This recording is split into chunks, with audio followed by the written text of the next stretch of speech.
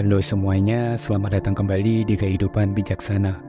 Hari ini kita punya topik yang sangat menarik dan pastinya relate banget untuk dibahas secara bersama. Pernah nggak kalian itu bertemu dengan seseorang yang awalnya terkesan sangat baik dan menyenangkan, tapi di kemudian hari entah bagaimana berubah menjadi orang yang sangat berbeda. Ibaratnya sinyal drama kehidupan yang sedang kita mainkan, perubahan karakter seperti ini seringkali terjadi. Dan sebelum kita terlalu cepat menghakimi, sangat penting untuk kita mencoba memahami apa sih yang sebenarnya terjadi. Nah, di video kali ini kita akan mengupas tuntas 5 alasan utama yang bisa membuat seseorang mengalami perubahan karakter dari yang awalnya baik menjadi seseorang yang berperilaku jahat atau merugikan orang di sekitarnya. Ibaratnya seorang pahlawan menjadi tokoh antagonis dalam cerita kehidupannya. Dan ingat, ini bukan tentang menyalahkan, tapi lebih kepada memahami dan belajar dari setiap situasi. Pastikan kamu simak dan tonton video ini sampai akhir, karena di setiap poin pembahasan akan berguna untuk perjalanan kehidupan kita, agar lebih bijak dan lebih mengerti akan hal ini. Apa kita mengalaminya sendiri, atau mungkin hanya mendengar cerita dari orang lain. Dan mari kita mulai pembahasannya. Yang pertama, tentang perasaan tidak dihargai. Seseorang dengan kerja keras yang luar biasa, semuanya potensi mereka semaksimal mungkin sudah dikeluarkan, dan bahkan keringat, air mata, dalam usaha ataupun kebaikan yang kamu lakukan. Namun semua itu seolah-olah tidak terlihat oleh orang lain. Perasaan tidak dihargai bisa sangat merusak. Itu membuat seseorang merasa seolah apa yang mereka lakukan tidak berarti, seolah-olah mereka sendiri tidak berharga. Dan ketika mereka melihat orang lain yang mungkin tidak setulus atau sekeras mereka mendapatkan pengakuan ataupun apresiasi, rasa sakit itu bisa menjadi tak tertahankan. Dalam situasi seperti ini, beberapa orang mungkin sampai pada kesimpulan menyakitkan bahwa menjadi orang baik tidaklah berharga. Mereka mungkin berpikir, mengapa saya harus terus melakukan kebaikan jika itu tidak diakui? Mungkin lebih baik saya menjadi seperti orang lain yang mendapatkan apa yang mereka inginkan tanpa harus bekerja keras ataupun menjadi baik. Perubahan sikap ini seringkali merupakan cara mereka untuk melindungi diri dari kekecewaan lebih lanjut. Ini adalah seruan agar kita lebih mengakui dan menghargai usaha dan kebaikan orang lain, terutama ketika mereka melakukan hal-hal luar biasa yang mungkin kita anggap remeh. Kita semua perlu diingatkan tentang pentingnya pengakuan dan apresiasi. Mereka bisa berarti dunia bagi seseorang yang berjuang dalam kesunyian. Jadi mari kita lebih sering mengatakan terima kasih, mengakui usaha orang lain, dan menunjukkan bahwa kebaikan mereka berharga dan penting. Dan ingat, menghargai usaha dan kebaikan seseorang adalah langkah sederhana, namun sangat berarti dalam membangun dunia yang lebih baik. Yang kedua, mengalami pengkhianatan. Bayangkan, kamu memberikan kepercayaan penuh kepada seseorang, menaruh harapan yang tinggi, hanya untuk menemukan bahwa kepercayaan itu diinjak-injak, dan rasanya hancur, kecewa, marah, semuanya bercampur menjadi satu. Dalam situasi seperti ini sangatlah manusiawi jika seseorang merasa dorongan untuk membalas atas sakit hati yang mereka alami. Pengkhianatan, terutama dari orang-orang yang kita anggap dekat dan kita percaya, bisa meninggalkan luka yang mendalam.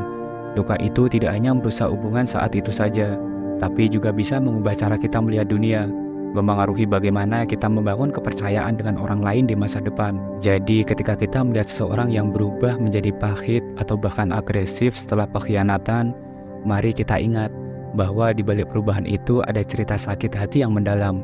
Daripada menghakimi, mungkin apa yang mereka butuhkan adalah sebuah pengertian, ruang untuk menyembuhkan, dan dukungan untuk menemukan cara yang lebih sehat dalam menghadapi rasa sakit mereka.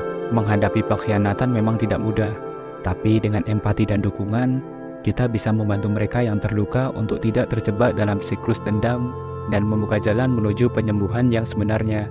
Dan ingat, setiap orang berhak mendapatkan kesempatan untuk sembuh dan menemukan kedamaian dalam diri mereka lagi. Yang ketiga, pengalaman mengalami kekerasan fisik secara terus-menerus.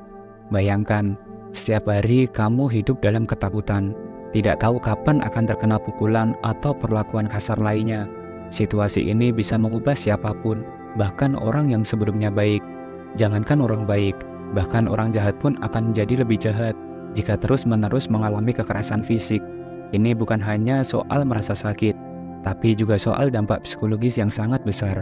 Kekerasan fisik bisa menyebabkan cedera yang serius, bahkan pada bagian kepala, yang kemudian memicu kerusakan saraf dan gangguan mental yang serius. Korban kekerasan fisik seringkali mengalami kesulitan dalam mengontrol emosi mereka. Emosi yang bergejolak dan sulit diatur adalah konsekuensi alami dari trauma yang mereka alami. Jadi ketika kita melihat seseorang yang tampak berubah setelah mengalami kekerasan fisik, marilah kita ingat bahwa mereka adalah korban dari kondisi yang sulit dan menyakitkan. Alih-alih menghakimi, kita perlu memberikan dukungan, empati, dan bantuan yang mereka butuhkan untuk memulihkan diri dari trauma tersebut. Yang keempat, pelampiasan atas masa lalu yang kelam.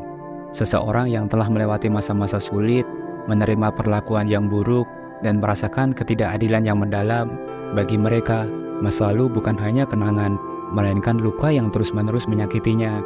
Untuk beberapa orang, cara mereka menghadapi rasa sakit ini adalah dengan mengubah diri mereka sendiri. Mereka mungkin memilih untuk menjadi orang jahat sebagai mekanisme pertahanan, sebuah cara untuk memastikan bahwa mereka tidak akan pernah lagi menjadi korban. Ini juga bisa dianggap sebagai bentuk pelampiasan.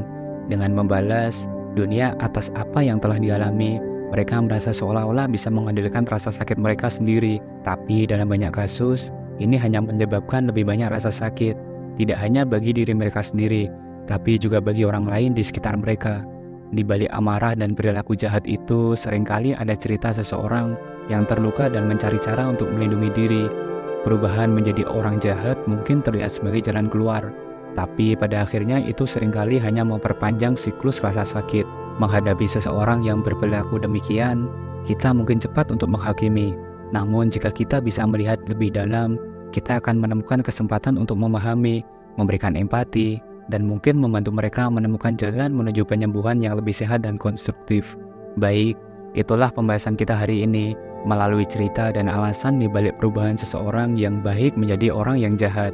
Perjalanan ini mengingatkan kita semua bahwa di balik setiap tindakan, ada cerita, ada luka, dan mungkin ada bantuan yang belum kita dengar. Dan ini mengajarkan kita untuk melihat lebih dalam, untuk memahami sebelum menghakimi, dan untuk menawarkan tangan kita sebagai dukungan, bukan sebagai penghukum. Saya berharap video ini memberikan Anda wawasan dan inspirasi. Jika Anda merasa video ini bermanfaat, jangan lupa untuk like, share, dan subscribe. Dan jangan ragu bagikan pendapat kalian di kolom komentar ya. Apakah kamu pernah mengalami situasi serupa, dan bagaimana kamu mengatasinya? Semoga bisa menjadi pembelajaran satu sama lain.